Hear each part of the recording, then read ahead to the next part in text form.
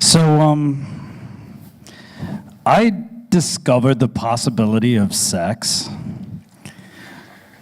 at the end of my first semester in college. It was with a beautiful, wonderful, really wonderful lady named Ray. And she was cool and amazing, and she sat next to me in class, and we laughed, and like it was really good. But it was the end of the first semester in college, and I had to pay for college, and so I had to go to Atlanta, Georgia, which 8 hours away. I got a job opening a restaurant in Atlanta, and I got a job closing a restaurant in Atlanta, which turned out to be really shitty because I would get up really early and work really late, and I was 18, and all I really cared about was the end of the first semester. We didn't have cell phones, so we weren't texting or anything like that, but I would call Ray and, tell her about the job and this and that, but it was very obvious that something was gonna happen, which I was really excited about, and so I came up with an idea.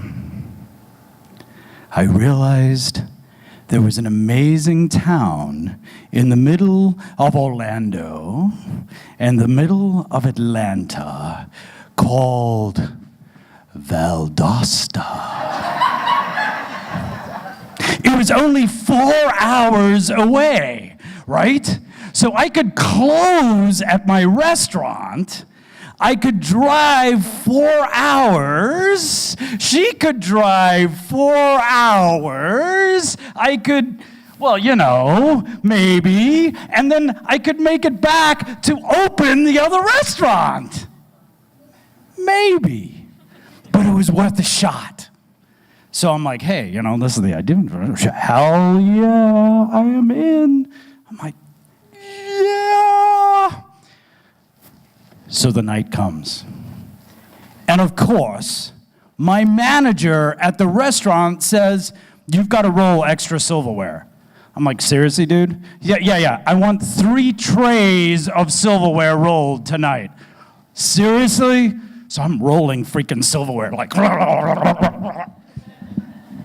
and I get out of there, and I freaking ride as fast as I possibly can, just down to Valdosta. I'm like, oh my God, it's like, it's gonna happen, it's incredible, it's amazing, I'm late, but holy shit. I mean, it's 4 hours, right? So you're 18, you've got like all these crazy ideas.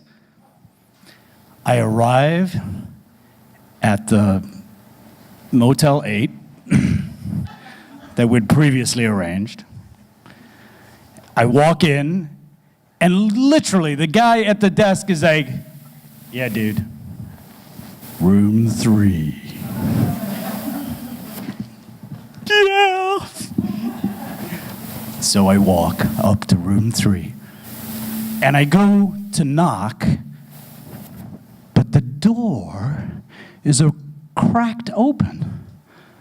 I'm like, okay.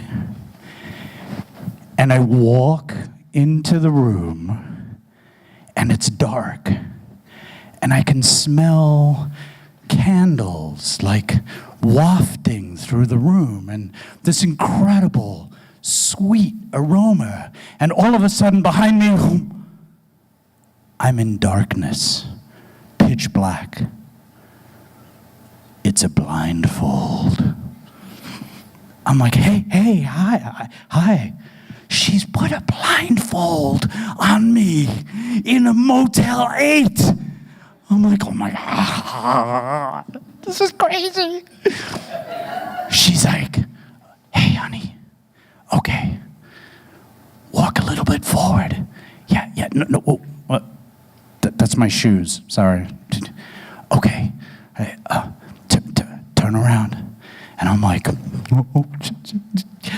and she's like, okay, sit down.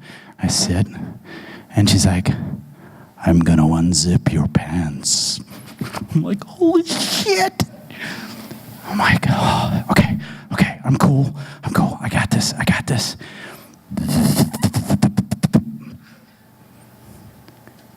And all of a sudden, there is an explosion of pain. I'm talking red, hot, fiery, excruciating pain. And I'm like, ah! Ah! I rip off the blindfold, and I look down, and I'm like, ah! I can't see shit. It's dark, but my crotch is on fire, and I walk around, and there's enough light, and there's a sink, and I walk over to the sink, and I go, oh my God, I turn on the tap, and I'm like spraying stuff, and the light comes up, and I look, and it's black. It's like completely black, and I look to the left, and there's a hot plate, and I look to the right, and there's chocolate wrappers. And I realize she's melted a chocolate bar in the hot plate. And I just sprayed cold water all over my blistering privates. And it's congealed. She's like, oh my God. I'm like, I gotta go back to work. She's like, it's okay, I got a razor. And she started to shave. She shaved me completely, just in time for me to get back in the car and drive the 4 hours back to Atlanta. And I still never discovered the meaning of sex that first semester. What a mess.